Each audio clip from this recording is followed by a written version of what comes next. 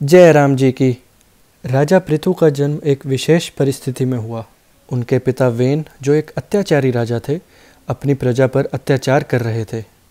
उन्होंने यज्ञ और धर्म के कार्यों को बंद कर दिया और अपने अहंकार के कारण स्वयं को भगवान घोषित कर दिया। ऋषि मुनियों ने जब वेन को समझाने की कोशिश की तो उसने उनकी बातों को अनसुना कर दिया। अंततः ऋषियों ने अपने तपोबल से वेन को मार दिया, लेकिन उनके मरने के बाद राज्य में अराजकता फैल गई।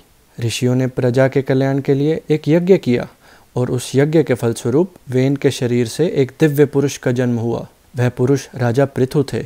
वेन के बुरे कर्मों के कारण उनके शरीर से पापों को निकाल दिया गया था और पृथु को धर्म और न्याय का प्रतीक बनाया गया। पृथु को पृथ्वी का पहला आदर्श राजा माना गया। उनके राज्याभिषेक के समय देवताओं ने उन्हें दिव्य धनुष, बाण और कवच प्रदान किए। उन्होंने प्रजा की भलाई के लिए कार्य करना प्रारंभ किया और राज्य में धर्म, न्याय और समृद्धि का प्रवाह किया। राजा पृथु के समय पृथ्वी ने अपनी उपज देना बंद कर दिया था।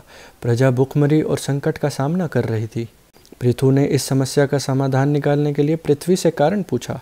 पृथ्वी, जो एक गाय का रूप धारण कर चुकी थी, राजा पृथु के सामने प्रस्तुत हुई और बोली, राजा वेन के अत्याचार के कारण मैंने अपनी उपज छिपा ली है। मैं डरती हूँ कि कहीं मेरी उपज का दुरुपयोग ना हो जाए। पृथु ने पृथ्वी को समझाया कि वे धर्म और न्याय के साथ शासन करेंगे, प्रजा के कल्याण के लिए काम करेंगे। लेकिन जब पृथ्वी उनकी बातों से सहमत नहीं हुई तो राजा पृथु ने अपने धनुष बाण उठाकर उसे दंडित करने का निश्चय किया। पृथ्वी डर कर भागने लगी। वह सभी दिशाओं में भागी, लेकिन पृथु ने उसे हर स्थान पर रोक लिया।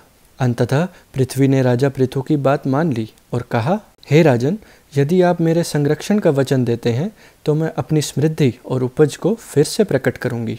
पृथ्वी ने राजा पृथु को यज्ञ स्वरूप गाय का रूप धारण करके अपनी उपज को प्रकट किया। राजा पृथु ने अपने धनुष को हल का रूप दिया और पहली बार कृषि की शुरुआत की। उन्होंने अपनी प्रजा को खेती और अन्य जीवन उपयोगी कार्यों की शिक्षा दी। इसके बाद पृथ्वी ने राजा पृथु को आशीर्वाद दिया और वचन दिया कि वह हमेशा धर्म का पालन करने वाले लोगों के लिए अपनी उपज देती रहेंगी। राजा पृथु ने अपने राज्य में धर्म और न्याय की स्थापना की। उन्होंने प्रजा की भलाई को सर्वोपरि रखा और राज्य में सुख, शांति और समृद्धि का माहौल बनाया। उनके शासनकाल को सतयुग का प्रतीक कहा जाता है। उनके प्रयासों से प्रजा ने उन्हें राजा और पृथ्वी के रक्षक के रूप में पूजा।